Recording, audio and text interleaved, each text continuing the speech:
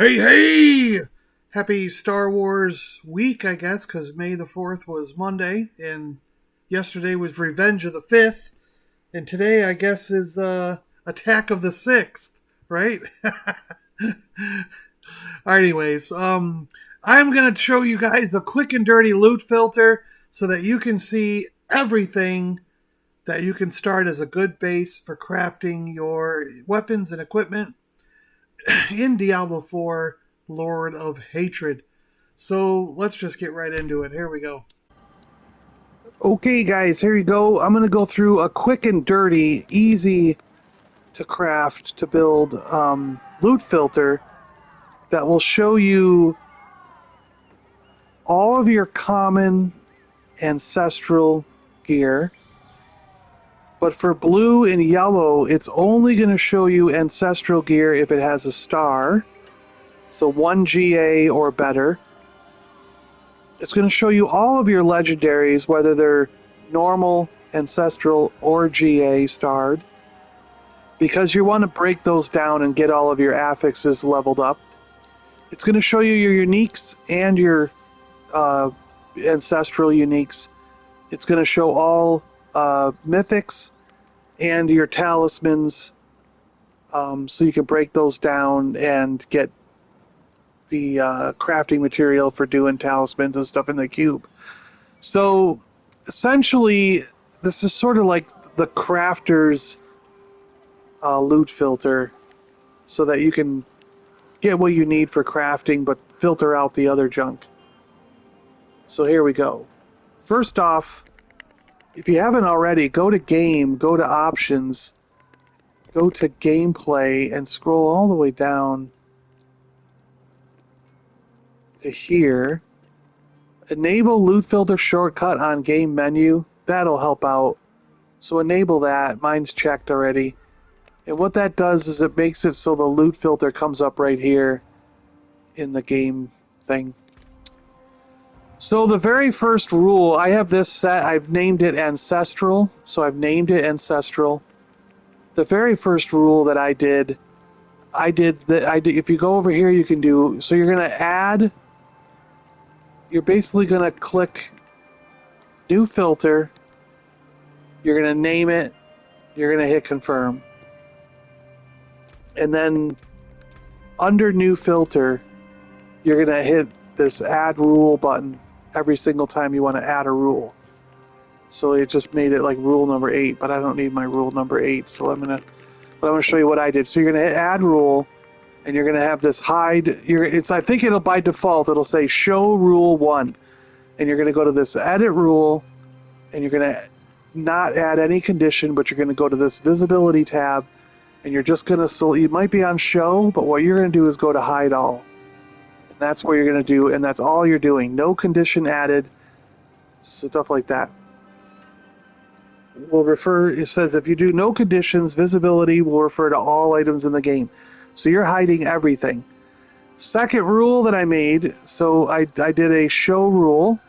So I edit, I went over here, I made sure it was on show. And then what I did is I added a condition. You click this and you can add a condition.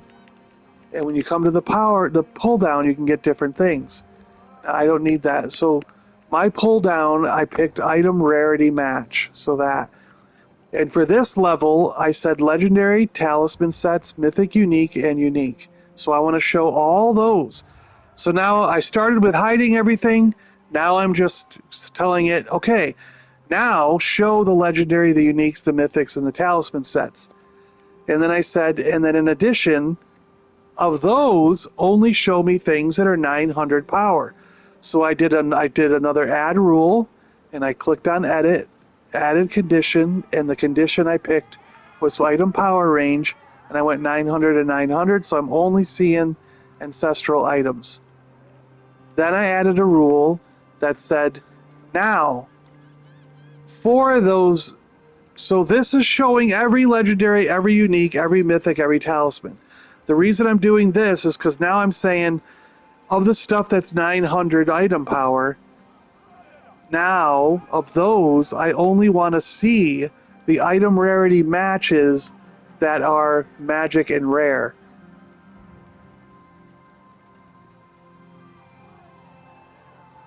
Then I go to Rule 5 and I say, of those magic and rare items, only show me, so I have show again, the ones that have a greater affix of at least one greater affix.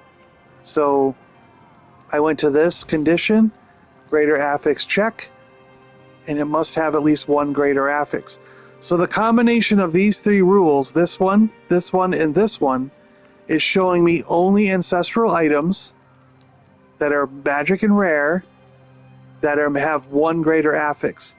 So for legendary, unique, mythic, and talisman, I'm showing everything. And now these three rules make it so for blue and yellow, I'm only seeing those with one greater affix. And then I said, now I want to see the stuff with item type match for my talismans. I want to see everything. So I hit select all here so I can see all the charms and heraldic seals. So that way, none of my talisman stuff, the charms and seals, are hidden. It's now showing everything that for charms and seals, so nothing's hidden. And then what I did is I wanted to have certain affixes come up. So I did a last rule, a seventh rule here, and that rule that I did was I went over here and in the pull down, instead of show or hide, I did recolor. Now this is doing nothing. It's not filtering at all. This is not adding any filter. It's just saying when this item appears, color it red so I know I got a special item that meets my requirements. And what I needed was required affixes, and I wanted 2 affixes. I wanted the ones that I like are crit chance and crit damage. And I said make them greater affixes. So I picked those things, crit chance and crit damage. If they're greater affixes, and only one of them needs to be a greater affix for me to have it turn red.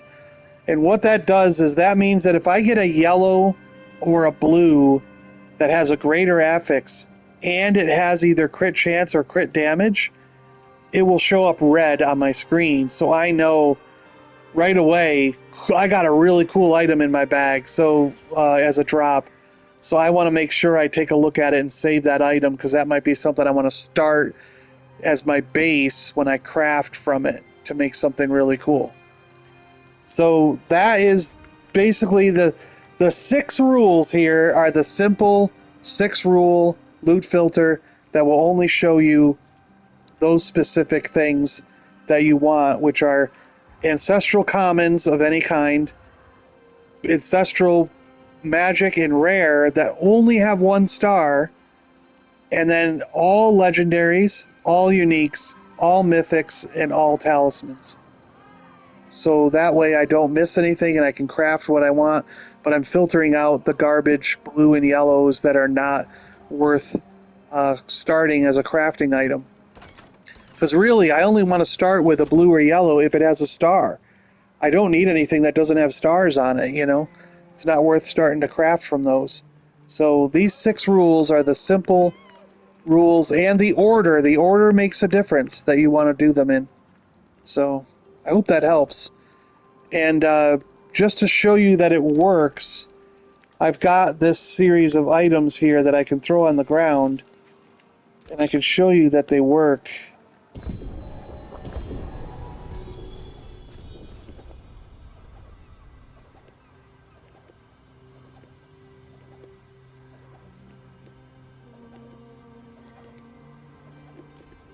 So I see the ancestral white, I see the ancestral blue that has a star, the ancestral yellow that has a star.